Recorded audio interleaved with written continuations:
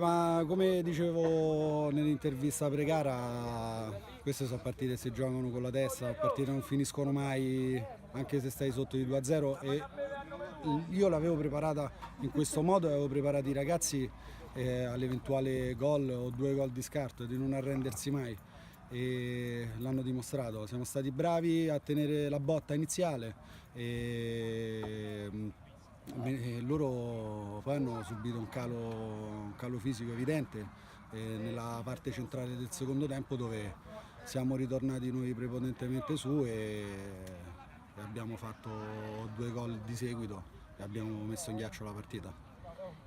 Sì, sì, sì, indubbiamente. Ma guarda, noi da quando è iniziato il torneo di circoli, io ho sempre detto ai ragazzi che le sconfitte che sono, cioè di imparare dalle sconfitte che abbiamo avuto, però non me la sono mai sentita di dire ai ragazzi di aver sbagliato partita in tutto il torneo, dalle fasi preliminari alla fase a girone a quella di eliminazione. Le partite che abbiamo perso, insomma, l'abbiamo viste tutti quanti, soprattutto le 2 gare con Stella Azzurra precedenti, comunque sia meritavamo qualcosa in più. In quel caso lì siamo stati sfortunati, come siamo stati sfortunati nel girone con Atletico 2000 ad aver perso 4-3. Comunque sia sono state sempre partite giocate molto bene e noi oltre al gol di scarto comunque sia non abbiamo mai perso partite con 2-3 gol di scarto e comunque ripeto che questa sera ha vinto la testa e ha vinto il gruppo che abbiamo tirato su,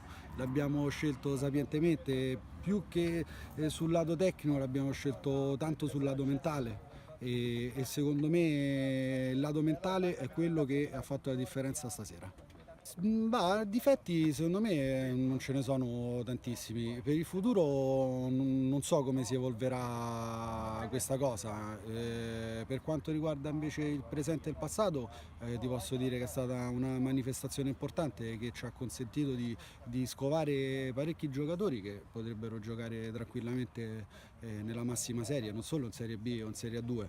Noi siamo come rappresentativa abbiamo schierato sempre titolari 2 ragazzi che vengono dalla Serie B che erano sconosciuti tipo Visca e Pacioni e hanno, Decisivo.